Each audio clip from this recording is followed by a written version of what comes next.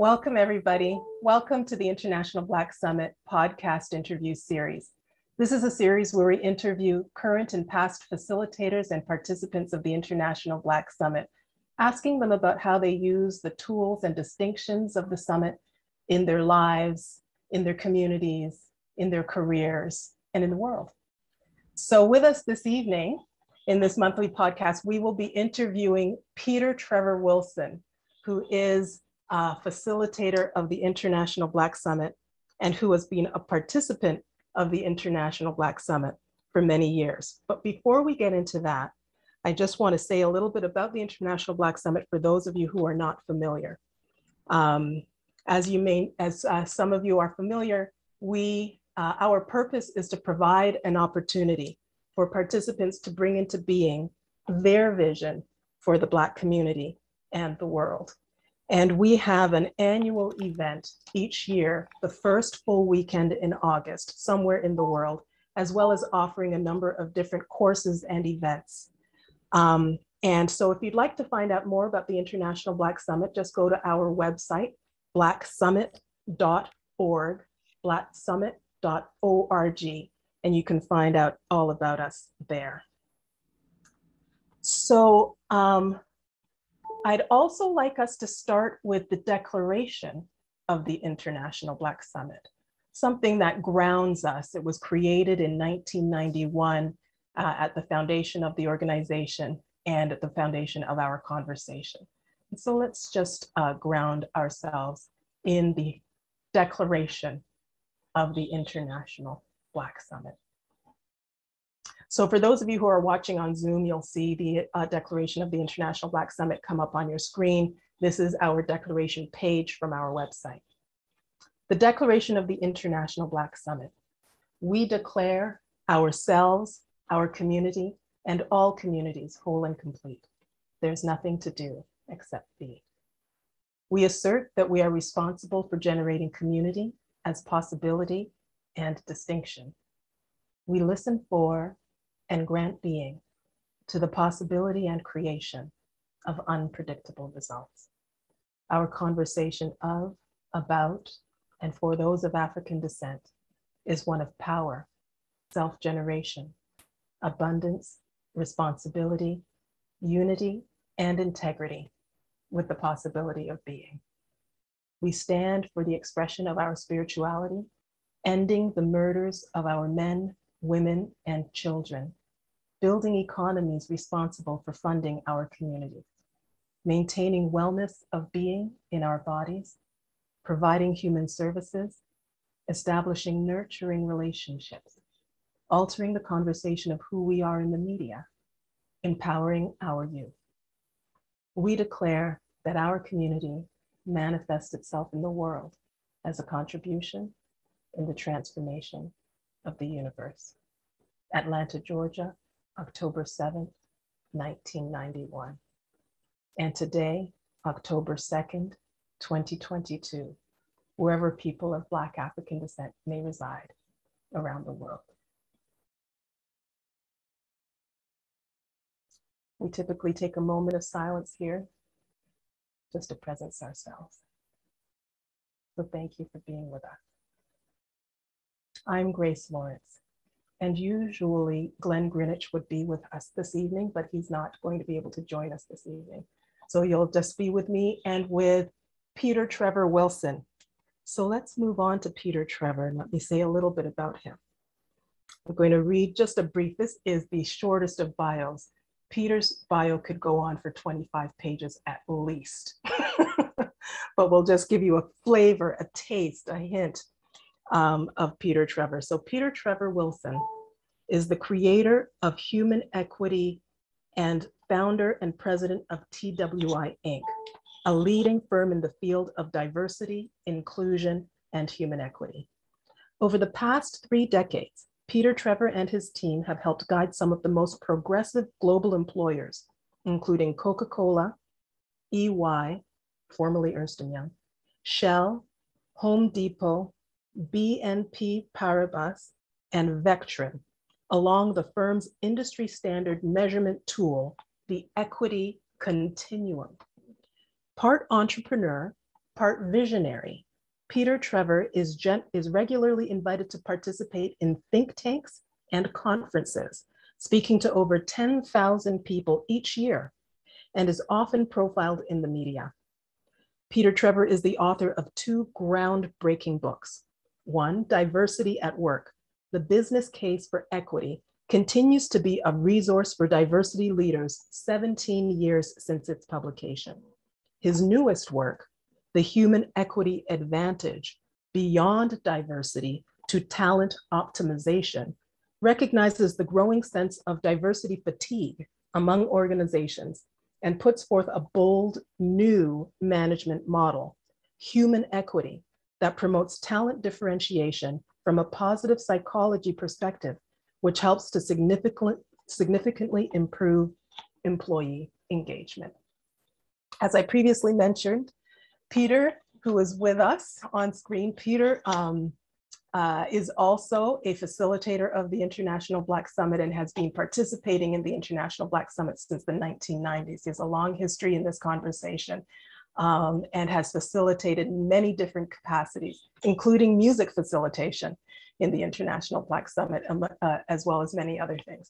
And he is based in Canada, as am I. We are part of the international aspect of it, the International Black Summit. And I just want to welcome you, Peter. Thank you, thank you, thank you for being with us today. So if we could spotlight Peter and myself so that we're both on screen together. Thank you so much, Joy. Welcome, welcome, Peter. Thank you for being here. Okay, I'm going to ask you to unmute. There we go. Thank you. There we go. Thanks, excellent. Grace. Thank you so much for being here. Yes, well, my pleasure. In the cold, great white north. It's not cold yet. October Not yet. 2nd, We're getting there, though. Give it time. So I wanted to ask you, let's start, Peter, with your absolute first introduction to the International Black Summit. Like, how did you hear about it? Where did you hear about it? What was your first event? All of that good stuff. So it was somebody who had attended the 92 summit, I think in Highland Park. And literally he came back just raving about this thing. The way he described it is, this is the most powerful work on the planet for Black people, about Black people, delivered by Black people. You gotta come, you gotta come, you gotta come. And literally the guy spoke for 250 days about it every single day. And finally I was like, if you shut up, I'll go. But you gotta shut up. I mean, you drive me crazy. And we did. We drove down to New Orleans, 1994. And it was by the Saturday of the summit, I realized he was right. And I registered and pretty well been to almost every summit since then, joined the facilitator body probably about 20 years ago, and then worked to bring the summit to Toronto. And Jackie Grace, that's probably where the team Toronto started to come together. And yeah, been there since. Did a lot of the summit with Alex, my son, which was great. I mean, it became our tradition. And we followed around the world to Brazil and to parts of Africa and Jamaica. And it becomes my spiritual New Year. That first weekend in August, I use it. I take on a spiritual principle. I work on the principle all year, and that principle changes at the summit. So it's become part of my life for sure. Do you recall in that very first, so that was the 1994 International Black Summit in New Orleans. That's right. Was your first event after having heard about it multiple times from this particular friend. Correct. Do you recall what it was? Was it a particular experience, a particular distinction that had you go, this is different. This is impactful. Something. Yeah. There's many things. It was interesting because both my friend and I were between marriages, and we were having we were dating, and we were having this conversation on the drive down. What is it about the women we're going out with that would not have us get into a committed relationship? we get down to the summit, and we're in group of 5, and we saw it. We actually saw it, and we both drove back and then said, okay, now we know what it is. And we made a pact to end these casual relationships so real relationship could show up. So that was one thing. The other thing I think, Grace, was probably by that Saturday, I felt you could feel love. Like you could feel love in the room. It was tangible. And I never really, I mean, you can't hold the summit, as you know, as a conference. It was just so much more, but there was love, there was laughter, there was happiness, there was, all these things that you definitely don't expect from a Black event. And and I had done Landmark, I had done the forum, I had done the communications course, TMLP, all of that stuff. So I knew what that was about. And I kind of went in there. You know how it is. If you've done Landmark, you kind of go and think, oh, this Black people trying to do Landmark. And then you realize, oh, no, this is so much more. I remember when I was still in that stage when you're kind of assessing everything and people are dancing and they're playing music and you're like looking at your watch and it's like, what's going on? And it was, I looked up, the big 5 were still there. And they said, we're going to huddle. We're going to huddle. And so talk amongst yourself. Let me just give a little context for anybody who's listening and who might not be familiar with some of it. The Landmark is an organization called Landmark. They used to be called Landmark Education. They offer a course called the Landmark Forum, as well as many other courses. And so the International Black Summit was initially created by 5 African-American people who were training leaders, some seminar leaders in the Landmark organization at that time. And so a number of people who were participating initially in the International Black Summit had experienced some of the Landmark courses. And when you say the original 5, you're referring to those 5 original facilitators of the annual summit event. Exactly. And we're going to be hopefully interviewing 3 of them together. So, well, just to give that context, yeah. Thank you. And it's interesting, when I saw Kat facilitate the room, I was like, if I could be 1/10 of this person, I could die a happy man. I mean, she was amazing. Now, the 5 of them together, as you know, really operated as a unit.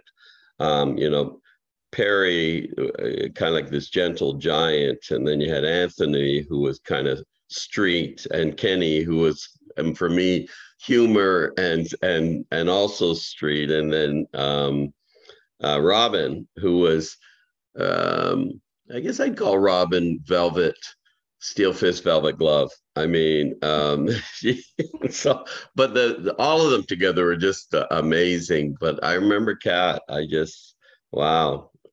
Kat was amazing. So, I'm a speaker, and it's like, okay, what can I learn? And Kat coached me for years, mostly in listening and communications. Anyways, yeah. So there's so many things, I think, Grace, but pretty well.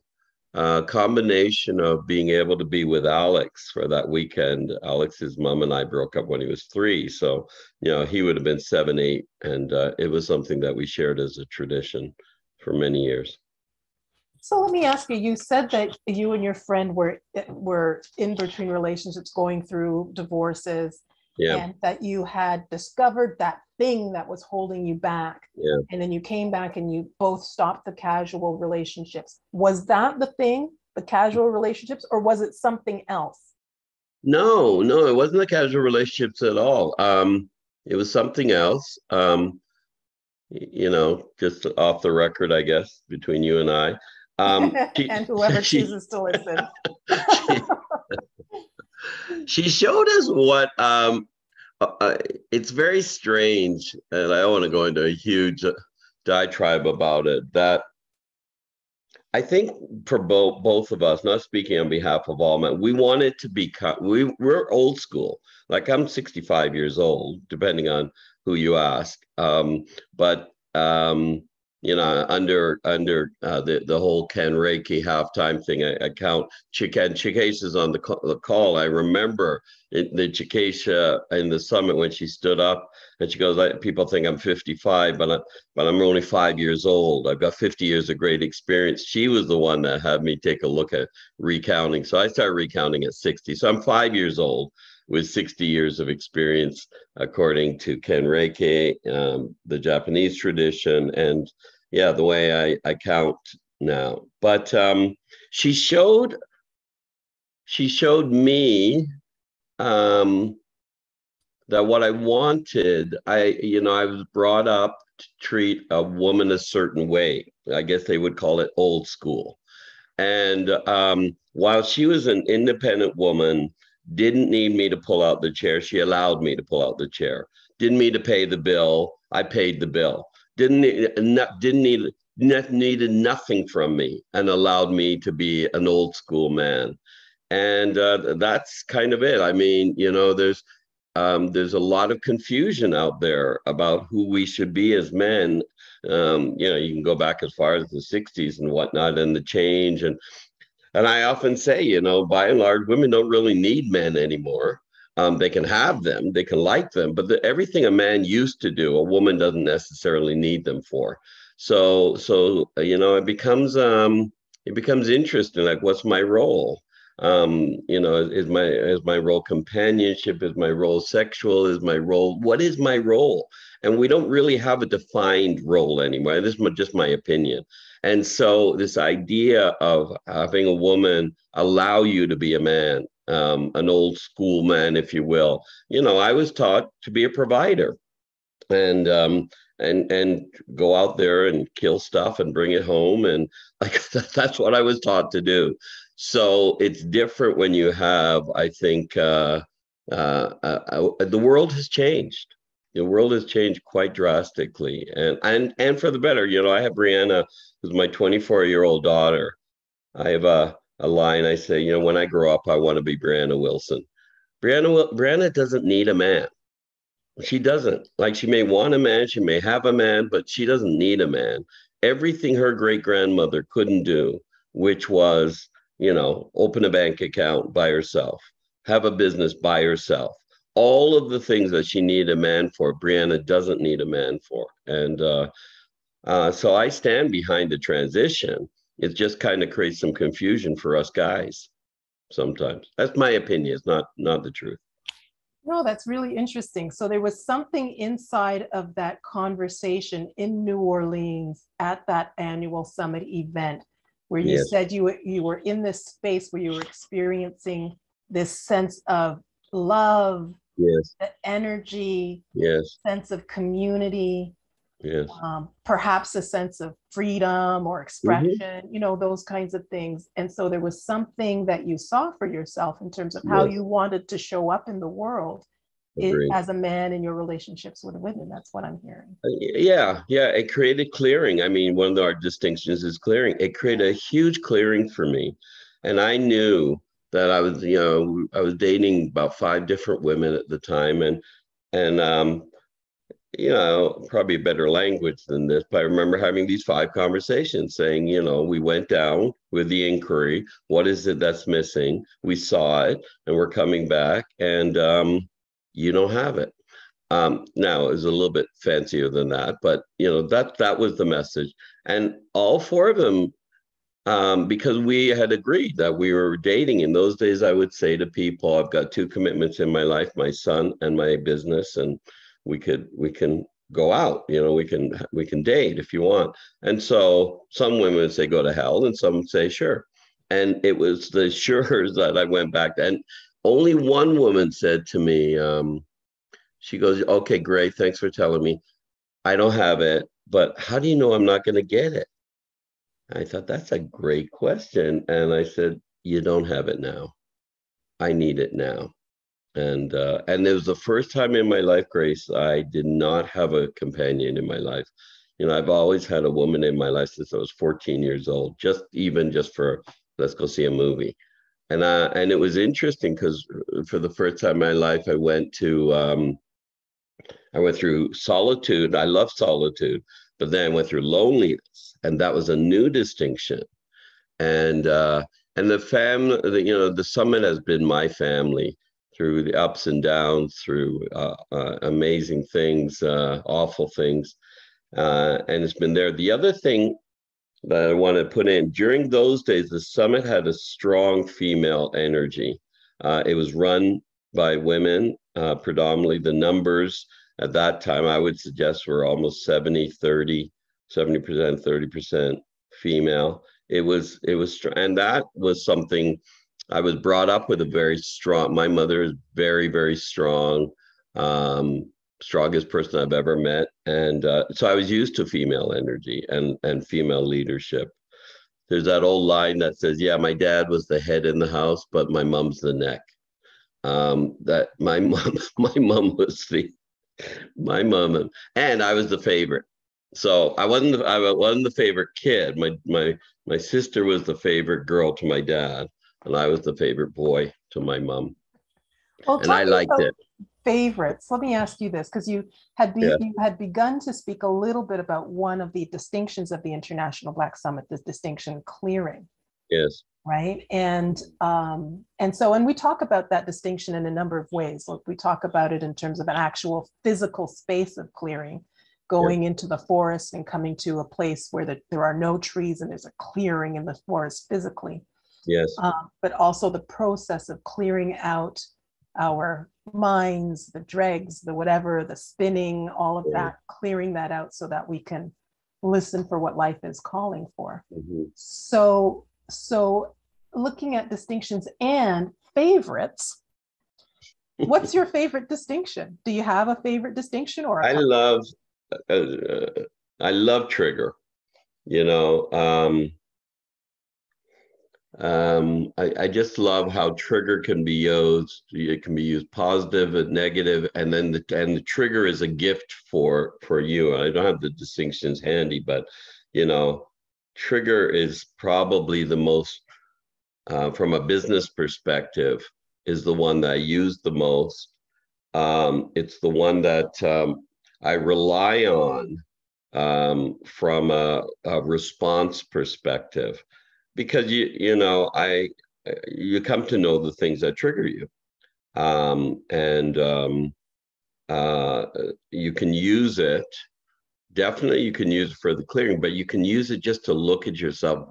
What I've developed, and again, it's by watching the great facilitators. Again, I go back to Kat and Perry as well. That the way they would pause during the trigger. I'm what's known as a quick start from a business perspective, and quick starts go ready, go, set, ready, go, set. They just jump in and they figure it out. Versus the people that work for me are ready, set, go. Right, and I rely on them for that. So trigger, for me, probably more when I was Trevor than Peter, is like I just jump in. It's like I get triggered and then I go by the emotional response. I used to say to people, most of my kids, if not all of them, they think before they speak. On a good day, I think after I speak. And believe me, it's sometimes it gets you into a lot. I've lost contracts as a result of that. I've been in situations where you get yourself into trouble. It's like, well, why did I say that? I was triggered, right? And I think I have a love-hate relationship with trigger, put it that way, but it's very valuable. It's such a great distinction. And I think, really noting that trigger is a common word in the English language. And so most people have a sense of what trigger is from their perspective. Also, clearing is a common word in the English language. Absolutely. But how we use those terms as distinctions in the International Black Summit is different. Absolutely. And one of the things that we say about the distinction, the summit distinction trigger, is that it's about something about ourselves that we are unwilling or unable to be with. for most people, the word trigger is out there. It's, you know, you are triggering me. You Right. are the problem. That Right. person or that circumstance or that external issue is the thing. Right. Whereas in our use of the summit distinction trigger, it's about looking at self. What is it about myself that I'm unable to be with or unwilling to be with that is showing up inside of this trigger? So, so interesting that you're able to use that distinction and you talked about using it in your business. Yes. You know? So, curious in general, how you use the summit tools and distinctions. The distinctions are just one of the tools. We also have the questions, we have the, you know, other, but how do you use the distinctions or other tools in your business? Well, it's kind of what you just said, that for me, the summit is where I go to work on myself. And I'm sure you've got the purpose of the summit here somewhere. And, you know, I remember thinking when I went in 94 to the summit, this is going to be great because I get to sit in the audience and just suck it all up. Like, you know, I don't have to stand at the front of the room. Most of the times I'm standing at the front of the room. And I did that as long as I could until we brought the summit to Toronto. And then, you know, you moved into the facilitator body and other leadership positions. But what I've used it for, Grace, is development. Right?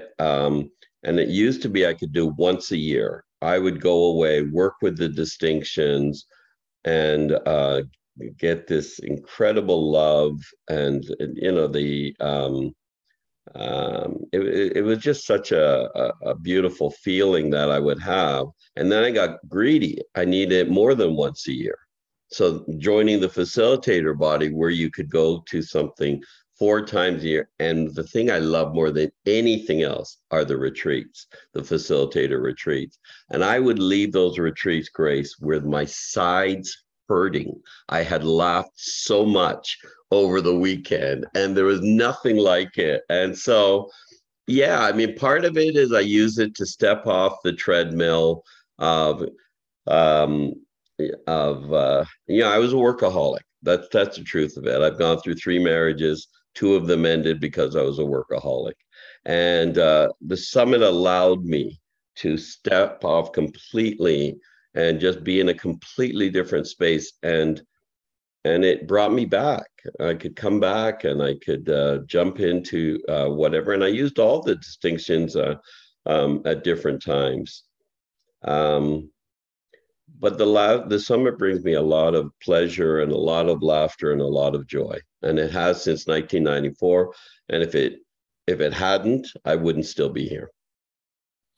So let me ask you, you said earlier, you referred earlier to a little bit more Trevor than Peter. So so I know you, and I know that many of us in the International Black Summit used to know you just as Trevor Wilson. And now we know you as Peter Trevor Wilson, or sometimes just Peter. Right. So has there been any relationship between your interaction with the International Black Summit and what's showing up for you now as a change in your name and a change in who you're showing up as in the world? As somebody who used to be known as Jackie, and who's known as Grace. Jackie Grace or just Grace. So I've gone through something similar. Well, yeah, I mean, so Henrietta's not on here. Henrietta has been my spiritual coach, counsel for many, many years. So in 2018, the lady I was married to for 25 years came to me and she goes, look, don't take this personally, but I don't want to be married no more. It's not that I don't want to be married to you. I just don't want to be married. And it's a thing called silver divorce, that people have been married for 20 and 30 years. Sometimes it's men, but most of the time it's women. They say, look, you know, I'm not sure I want to still be married.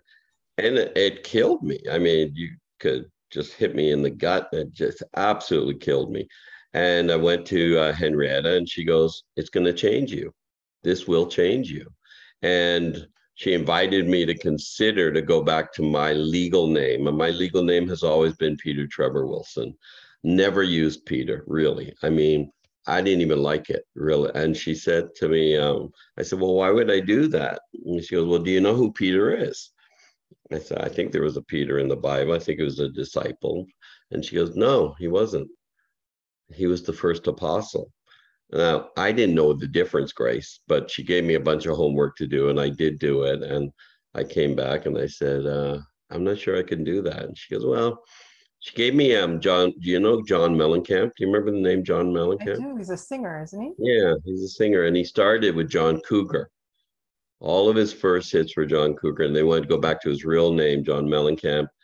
And they said, well, they're not going to know you by that name, so just do John Cougar Mellencamp. And he was John Cougar Mellencamp for years, and now he's John Mellencamp. And so that was what Henrietta said. Try Peter Trevor. Do Peter Trevor for a while to get used to and then you can drop the Trevor. And I'm, that's basically what's going to happen this year. So the reality is that, it's a big transition, Grace. I mean, if you look into the character of Peter, and again, it's common. Peter wasn't Peter; he was Simon, and Paul was Saul, and Jacob became Israel. I mean, it's when something huge happens in your life, you're invited to consider changing your name and changing your appearance. So, I went back to wearing a beard, which I haven't worn for almost 40 years. And last time I wore it was all black. Now you can see it's not.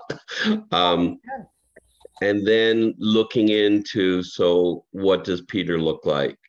Not to say Trevor is dead, but my future is not Trevor. My future is Peter. Now, I say for mostly the summit folks who do know me as Trevor, I have no problem answering to Trevor at all. When I meet somebody who I've met after May 2018, I said, you can just call me Peter. And it's not that big a deal. It's really a demarcation point that, okay, something happened May of 2018, and taking on that new identity. And I'll be taking it on for a while. Like, I figure with Touchwood, okay, let me touch Formica here, that if, so my mom went to 84, my dad went to 80. So if I can make it to 83, which is about 18 years from now, then, and it's going to take all 18 years, Grace, to make the transition to Peter, in my opinion. I hear you. Just want to mention for our listeners that although there are references here to biblical names, in the International Black Summit, we have people of all different religions and faiths and no religion or faith. Yes. So there are people who are Christians, there are people who are Muslim, there are people who are, people who Baha'i, or just I'm not even sure what you call it when you just honor the earth. Yes. Those kinds of things. So all kinds of different atheists. Yeah. So the summit is a very inclusive space, in a space where regardless of background, we still feel very connected on what I call an energetic or spiritual level. So. And to your first question, that was like water for me, to be able to go into a conversation spiritually with no necessary religious affiliation. Because for me, since I've been in Canada for a while, I've got really 3 churches. I started at Unity, and there's lots of folks in the summit from Unity. Then there's and then I went to a church called the Meeting House, and now I'm back to a church that's related to Unity. I guess would have come out, the Verity Center for Better Living. And I stay with a church or an institution as long as it gets me closer to spirit, as long as it gets me closer to the power. If it's not bringing me closer to the power, no matter what the name on the outside of the building is, I won't stay. And the summit has been a huge vehicle for me. lots of people think I'm Muslim because I fell in love with the term inshallah, which is an Islam a term that if you go to a Muslim country, you hear it every 5 minutes. Every say, I'll see you tomorrow, inshallah. I'll see you tomorrow, inshallah.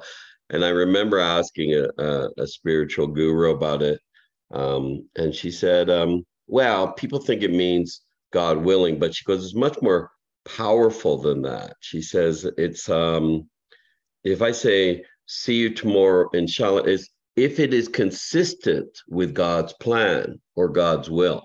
Right. So, so if I say get grace, see you tomorrow, inshallah, and God's plan is see grace tomorrow, then I see you tomorrow. And if I say grace, see you tomorrow, inshallah, but God's plan is Trevor will not see grace tomorrow, I don't see you tomorrow. And if I say grace, I'll never see you again, inshallah, and God's plan is see grace tomorrow, I see you tomorrow. And she says, she goes, it's always, Trevor, it's always consistent with God's plan. Then she gives me she goes, why do you suffer? You suffer because you think God's plan is wrong, and God's plan is never wrong. And I fell in love with inshallah, that look, she, he, it knows exactly what it's doing. Now we go back to Kat. I watched Kat in New York, room of 500 people. She stopped the room to listen to Spirit. And she, oh my God, I'd never seen anything like it, Grace. Never seen that, to listen. Where is Spirit pulling us? And you know about alignment, where we know where, Spirit knows where the next summit is going to be. We just have to catch up with Spirit. So anyways, it's such a great conversation, absolutely. For me, I think that the International Black Summit is probably the only space where I know people would say and refer to these biblical names, and after referring to these biblical names and the arc of these biblical names, and then say inshallah, right? You know what I mean? And turn to and use an Islamic reference or Baha'i reference, or it's just a space of such acceptance. Absolutely. That however you choose to show up, yes, we're here to receive. We're here absolutely to receive whoever you choose to be. I have seen people speak in tongues at the summit. Now that stuff used to really freak me out. Like if I went into a Pentecostal church and I would just leave. But I've seen it at the summit. And to your point, it's not these people are religious necessarily. It's they get taken over by Spirit. Now I've come over the years to recognize, well, what that is and how it works and all that. But to your point, Grace, the acceptance. And, wars have been started by Muslims hating Christians and Christians hating Hindus, and wars. So what a place that is that we come to have that acceptance. Beautiful. It's a beautiful thing. Absolutely. And you talked about alignment and the whole experience of listening for Spirit, which is something that some members of the body do. Yes. If it speaks to them, and for those for whom it doesn't speak to them, they don't do it. That's right. Right. Exactly. I mean, I got to the point of I just look, wherever the summit's going to be, I'm going to go anyway. So I have to sit through an alignment conversation on it.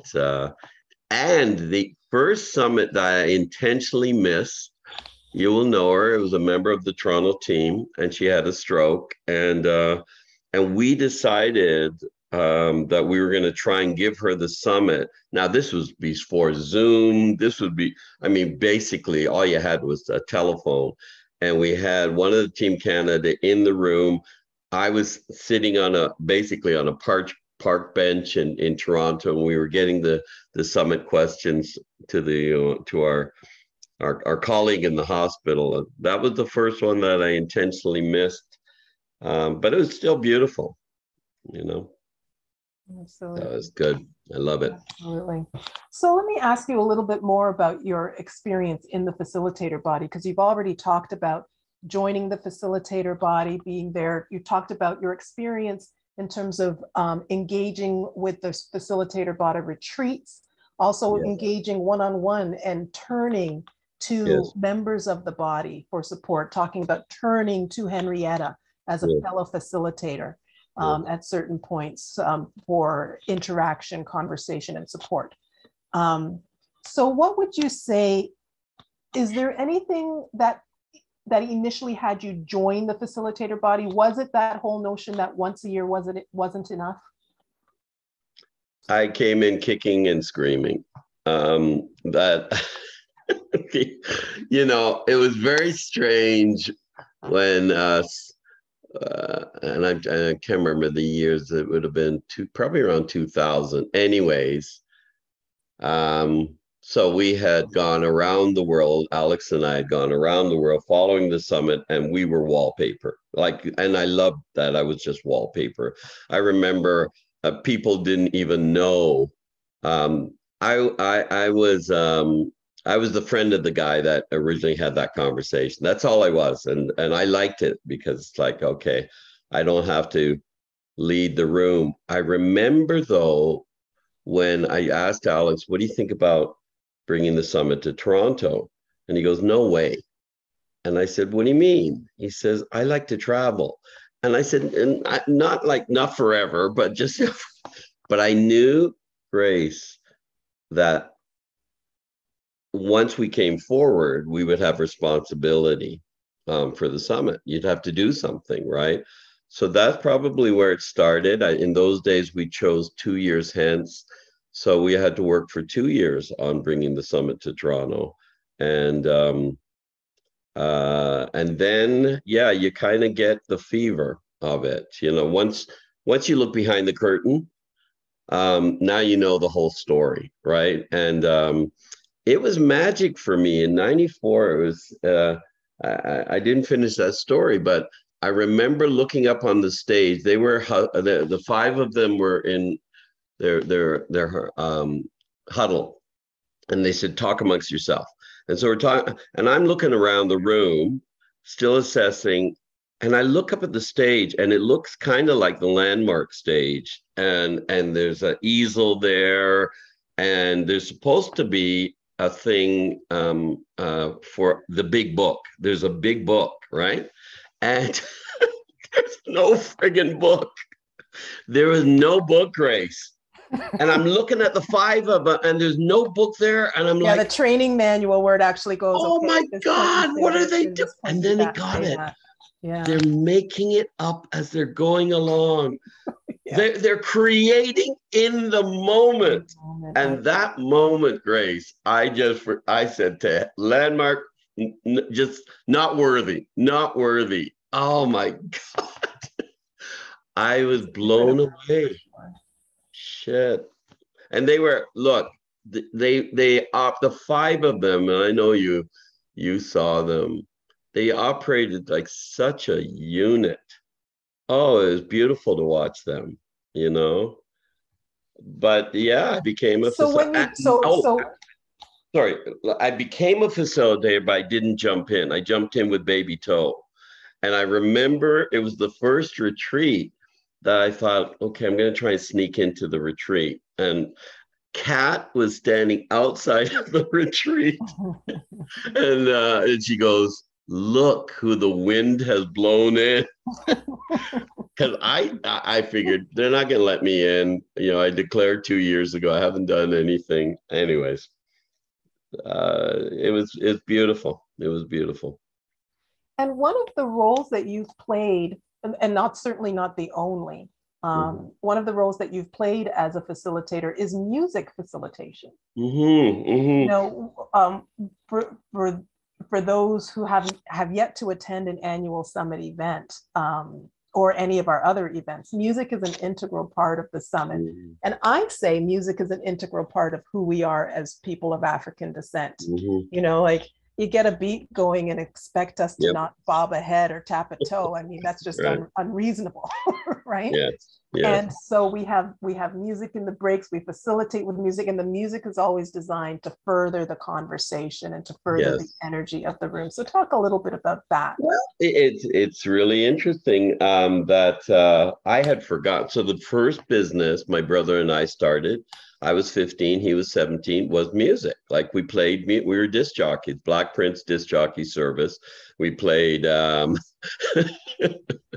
we played weddings and high school dances and whatnot. And then when I went to university, we stopped it just before disco.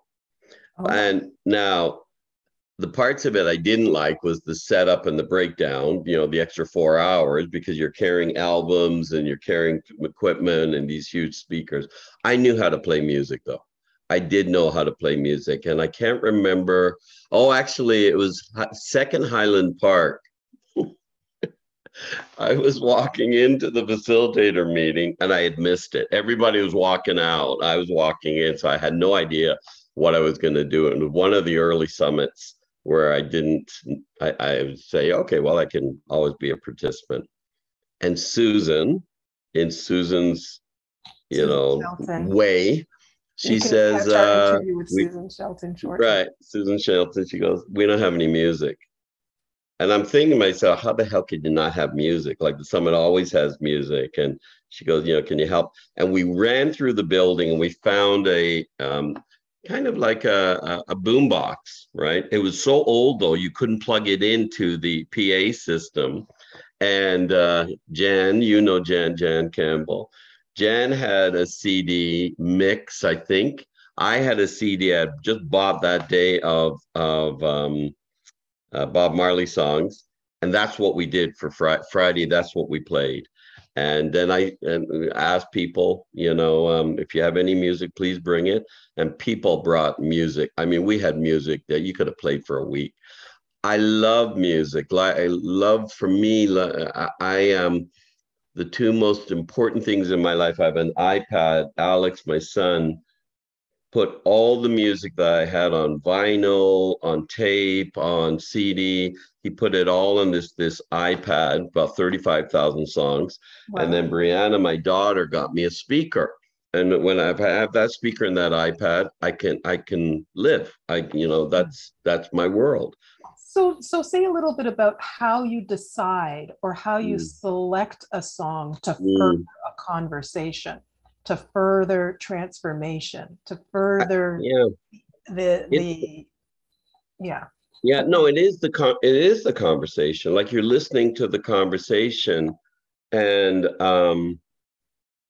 then if you know the music, it's like, okay, so what song or what theme is it that we need here? And then you play that theme. So you're listening, you're facilitating the conversation, you're listening to the conversation. And as you say, it's not just entertainment. It's not, yes, it's great. You also want to pay attention. What happened? Do people need to dance now? Do people need to think now? Okay, so this is very, very weird. Huh? What song would you play right now in this interview? If you were going If you don't know me by now. If you don't know me by now.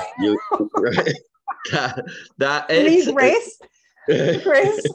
I mean, I've known you for a long time. There you go. Grace, if you don't know me by now. If you don't know me by, you think of the great conversations I love about the summit are the off conversations when I remember with, oh God, which summit was it? I think it was Ferguson. And I sat all night with another minister, and we sat all night and we were talking. It was such a deep, deep conversation. And then you look at your watch, it's 5 o'clock in the morning. It's like, what the hell are we doing? But you and I have had deep conversations, and I see you as part of my family for sure. I mean, the reality is that even the stuff I've gone through since 2018, I've turned to the summit so many times for my support. And I don't know what I would have done if I didn't have the family. But the music is so important. And, Conrad will tell you this, that the role of the facilitator is to listen. I recognized it was that same time at the Highland Park Summit. And the second Highland Park Summit was right after Katrina. And this lady had given me her music, and she said, okay, this side of the music is second line. I didn't know what second line was. But apparently it's the music you play after the person goes to the grave in New Orleans, and then they're coming back and you're celebrating that, you know, they're going back to God. And I had never heard it, and I played it, and people came out on the they were not just dancing, they were emotional about it because lots of people had to have left New Orleans. That's when I saw the power. And she came up to me and she said, look, I noticed the way you were playing the music yesterday and you were listening to the conversation. I said, I found myself saying, I was taught to do that. I was trained to do that.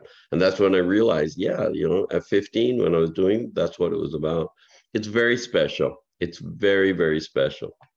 Let me ask you another question. Thank you for sharing all of that. Sure. You know, as somebody, you know, who has known you a long time, I remember, and I think probably there are plenty of people in the International Black Summit who do not know that here in Toronto, many years ago, you had a local television show, which was how I was first introduced to you. You were the black guy. The one black guy. On that local TV show all those decades ago. Yeah. And so, and you were Trevor. You were Trevor at that time. Yes. And so, if you look at yourself at that point in your life, that young man, how old would you have been at that point? Pretty young. Maybe 30, I guess. I don't know. 30. I had all black hair, and I was only about 140 pounds. So it was a long time ago. It was a long time ago. You might even have been younger than that. And could be. Yeah. And so if you look at that young man, let's say in your 20s, and you look at you know, that Trevor Wilson, and you look at yourself today, this Peter Trevor Wilson, what's that arc? And what would you say the summit's contribution has been to that arc and your growth and development as a human being? That's a great question. So the arc was, I think, even at 30, maybe I think it started at 27. My search really started at 27. Nobody ever tells you this in school, but you have a list that you're supposed to do. Like, right? You know, you get your wife, you get your check, you get your kid, check, you get your house, check, you get your car, check. And at the end of the check, it's supposed to equal happiness, right? So I did the check part. I did it really quickly. And at 27 years old, I remember coming downstairs. I'm this gorgeous house, beautiful wife, kid upstairs, got everything, maybe not the dog yet, but like all of it. And I'm supposed to be happy. Like, I've got it all. You're supposed to be happy. And I'm like, what the, you know, like, it's not there. That was the beginning of the end for me. I call it my quarter life crisis. And that's when my spiritual search started. So the summit was not too long after that. And the summit was just perfect timing for me to go and question. If you watch both movies about Obama, there's the movie when he's around 18 years old, he's trying to figure stuff out. He knows, I think, that he's supposed to do something, but he doesn't know what it is, right? And that's where I was at in my 20s. That part of the arc, I knew I was didn't know exactly what it is, you know, human equity and the business side of it. I was just kind of following along. I got a pretty good job at one of the banks here. And, you know, from a Jamaican perspective, and my family's, banking is a big deal. Like, Jamaicans get driven, bankers get driven around. It's a big deal. So my dad was real happy. In Jamaica, yeah. Yeah. And but I hated it, Grace. I mean, I sucked at it so bad. I was the worst banker in the history of the Toronto Dominion Bank. And luckily, I had a supervisor. Is the Toronto Dominion Bank, for those Toronto Dominion Bank. It's all over the world, but it's a It doesn't matter where it could have been any of the banks. I just sucked at banking. And I had a best supervisor I ever had. And he would take me out at least once a month and we'd get drunk together. And he would eventually get to the point saying, "You're not supposed to be here." And I'd be, "What are you talking about?" And he goes, "You're not a banker." I mean, what are you talking about? I've got a master's degree in economics. You took me through your bank lab training program. And he goes, no. He goes, he says to me once, "There's a manual of procedures here at the Toronto Dominion Bank."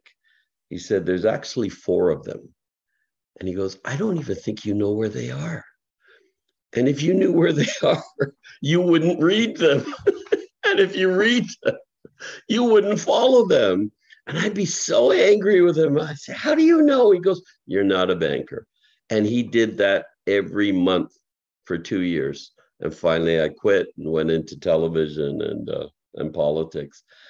But the arc was, I knew I was supposed to do something. There's a prayer that I do now, and it ends, "Let me become all you planned for me when my seed was selected by you to sprout and prosper in the world." So where I'm sitting now at the end of the arc is Spirit has said, "Okay, you know what you're supposed to do, so go do it." I was talking to an elder the other day. He said the same thing. He said, "You know what you're supposed to do. Just go do it. Deliver it. You got 18 years, right? Make sure you deliver it, because you're going to stick around until you have." And all of us, this is all of us. We're all here to deliver something. And the summit has been a core part of it from a guidance perspective. And yeah, it's very exciting. As you know, I've been on sabbatical for a year out here in Niagara Falls, which nobody really knew where I was, including me.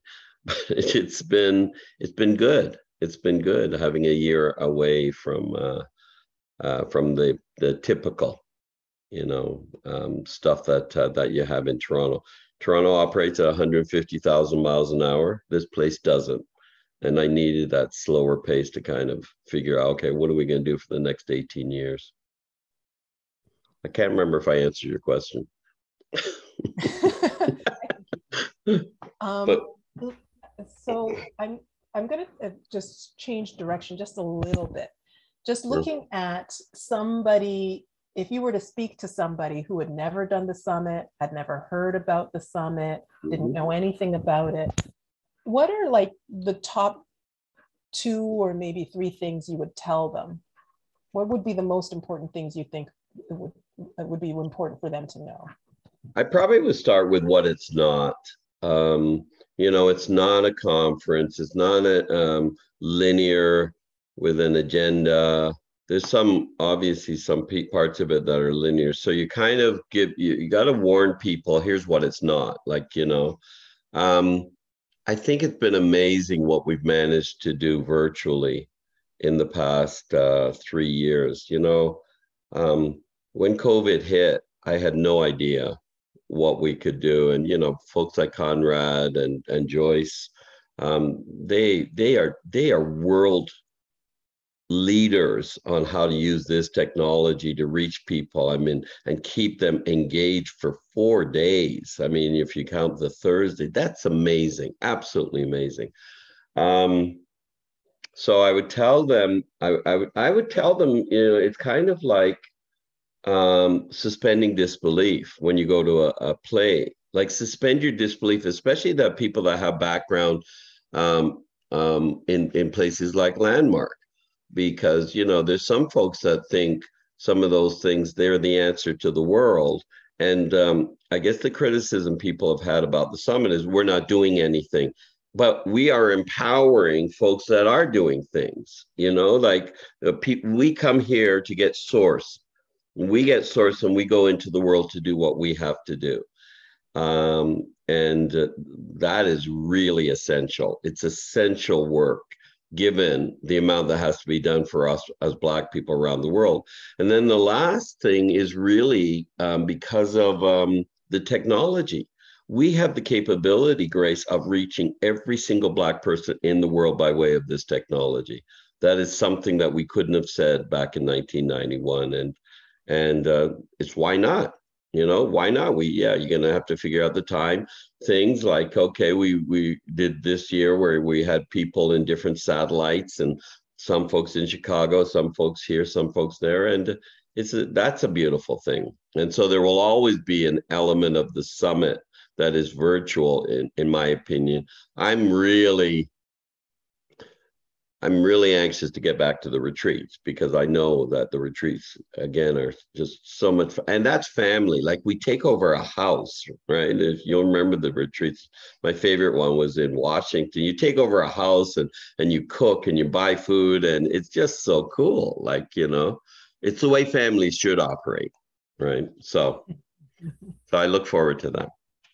Yeah, that's great. Thank you. And it's true, you know, the purpose of the International Black Summit is to provide an opportunity for participants to bring into being their vision for the Black community and the world. And so it has been a practice in the past for the summit as an organization to not take on projects particularly. Yes. But for me, the International Black Summit shows up as an incubator, an incubation space where people come, and they come with their ideas, and they come with their energy, and they come with their lives. And they, in this space, they gain clarity, they clarify they refine vision. Yes. They take on, their own projects, and clarify for themselves what they want, and then go out into the world. And so if we were to look at the kind of projects that summit participants have taken on in the world, I mean, we would spend a long time going through all of the many creations that summit participants have brought into the world. So as the summit space, as a space of incubation, for me, is a beautiful thing. Absolutely. As we begin to go towards the end of this, I do still have a couple of questions for you before we wrap up.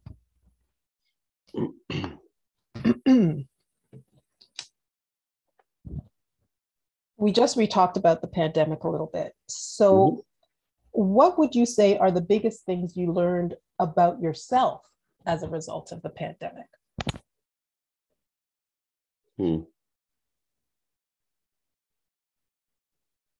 I think, so I'm a social animal.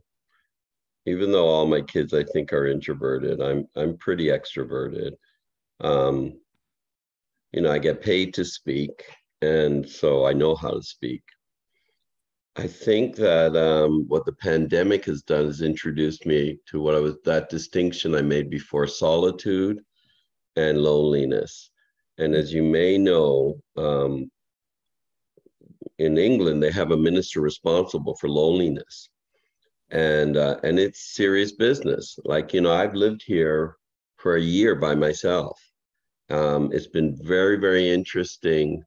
You know, solitude is great, probably when it's chosen, but loneliness is not so great because it's not chosen. And so I went through loneliness this year, and came to the realization, I don't think I want to die alone. I probably hadn't thought about it very much before I came out here. And then I got sick out here, kind of COVID related. And it's like, okay, I'm not gonna die alone. So that thing and loneliness can be really friggin' painful. Like, it's painful. I know that what COVID has done for lots of people that are shut-ins and not. And before I came out here, I took care of an uncle, my favorite uncle. And I took him for the last 3 years of his life. And I saw loneliness. You know, I saw it. I saw grieving as well. He had the aunt that my favorite aunt, she had passed away. But I swear to God, Grace, and this goes into the summit and the declaration, we have work to do to make sure that people who are lonely, that we've reached them, because it's part of the declaration, you know, nurturing relationships and whatnot. So I think that's for me a big learning. I'm even, I'm going back on November 1st to Toronto and whatnot, and there's some reluctance to do that. But the reality is that's where the people are. Like when I go back to Toronto, yeah. They'll welcome you back, Trevor. There you go. So it's cool though. I love Toronto. I do not like Toronto winter, but I love Toronto, and we'll be there for a long time. I gotcha. Okay. This might be the last question. We'll see. This might be the last question. No guarantees. What are 3 wishes that you have for the world right now? What are 3 wishes that you have for the world right now?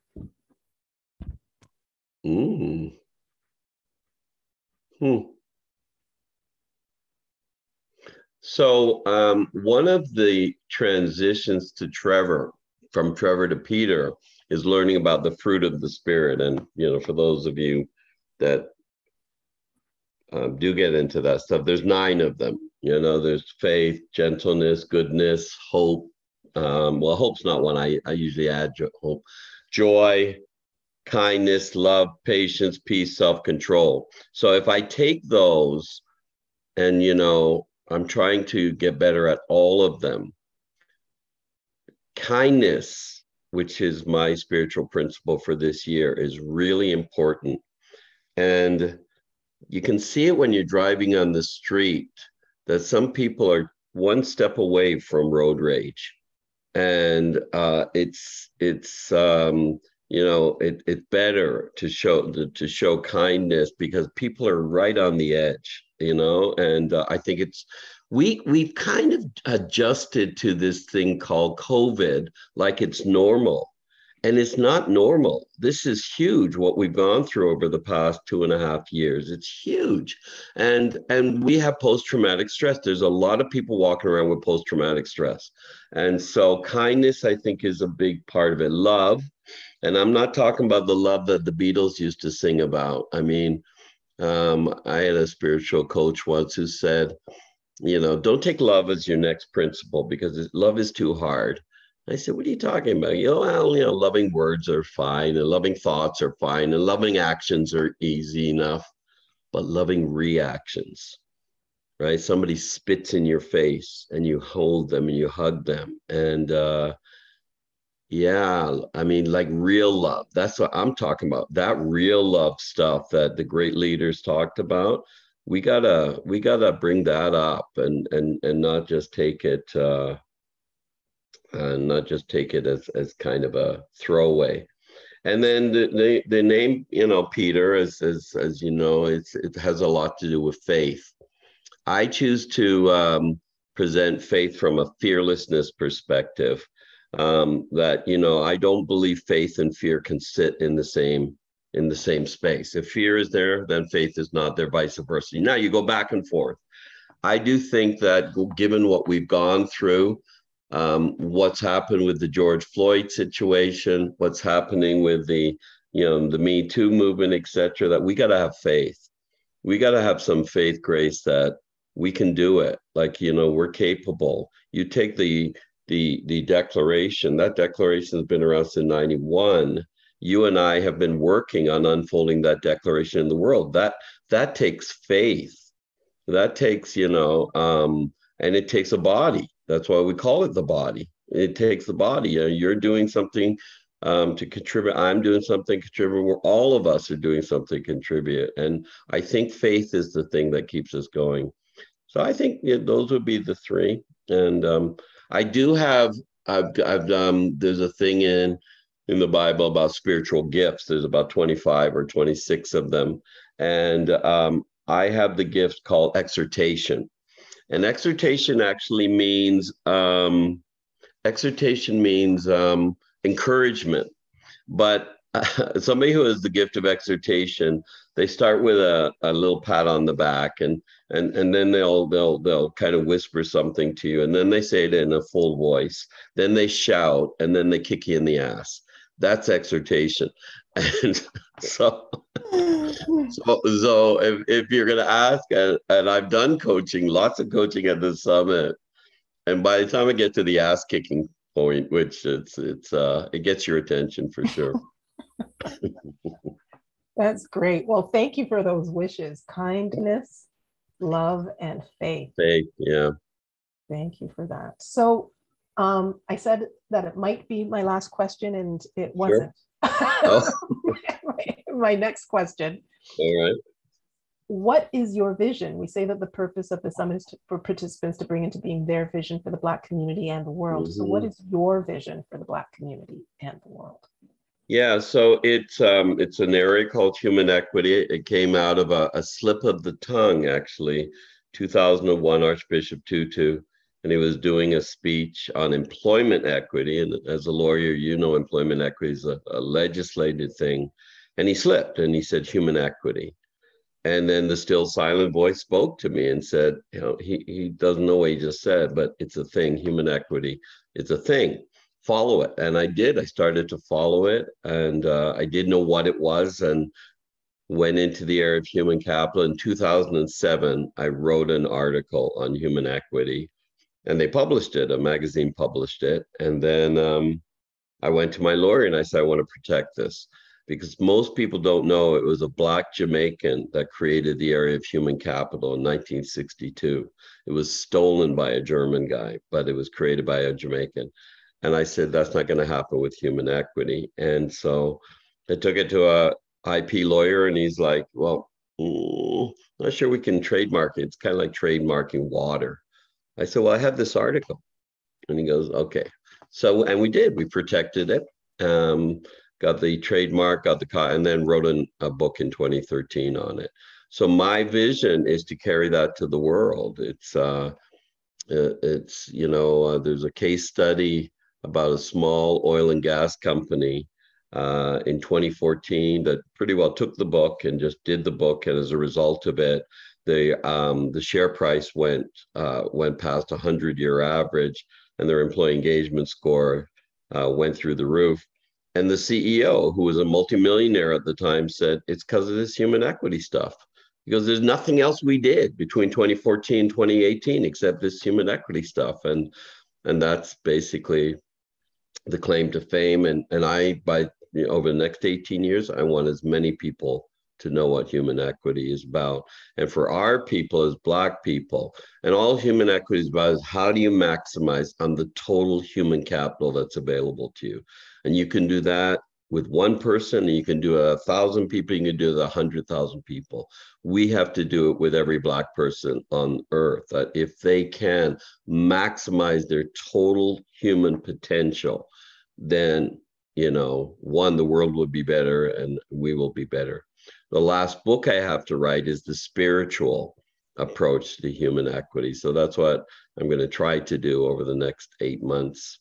And I don't use that word try very much, but I don't like to write. I like to talk, but I don't like to write. So there's certain piece of that, but yeah, I know that's what I've got to do. I've got to finish it off. And well, what does the world look like once this human equity or the spiritual approach to human equity is a reality in the world? What does the world look like?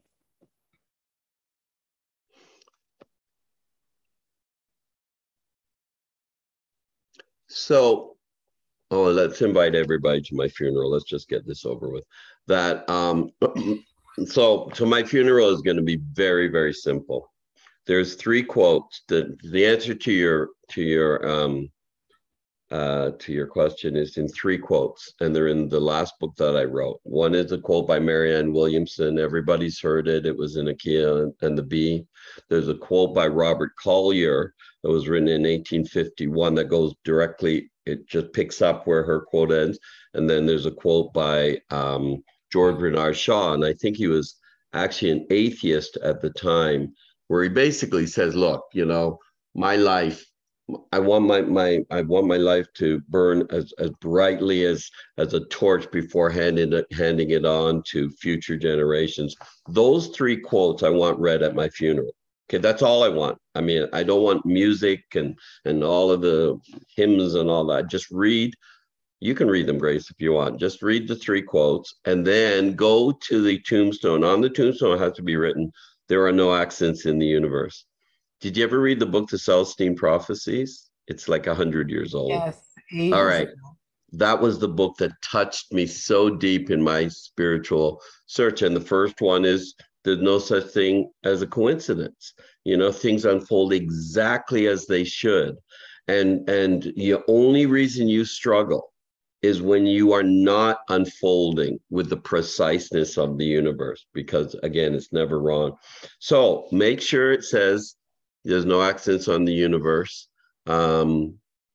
And you can put the birth date and the end date, and you put the name, and then go and have as much curry goat and oxtail and white rice and drink and dance and have great music. It should take 8 minutes. The whole thing takes 8 minutes. Okay, I'm a little confused. First of All right. all, very interesting plan for your funeral. Very interesting plan, and the quotes sound like great quotes. I think I know the quotes that you're referring to, and I don't know if we should take a moment to recite them. But I'm not sure if you were answering my question about what the world would look like. So the concept around human equity is that we're all created to do something. Now, you were created to do something different than me, but when you're doing it, you feel you know it. There's one of my teachers created an area called unique ability, and you've got to have two things. You've got to be great at this thing, and you love to do it. You're in a psychological state called flow, and time seems to pass. I remember I was trying to explain to my mom before she transitioned, and I said, "Mom, okay, so we're all here to do something. Your unique ability points to it." And I said, you got to have both things. You got to love it, and you got to be great at it. And I said, you got anything like that, Mom? She goes, yeah. I said, what is it? She goes, cooking.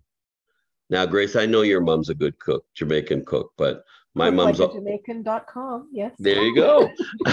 She says, at my mom's funeral, they talked only about the oxtail and the curry goat.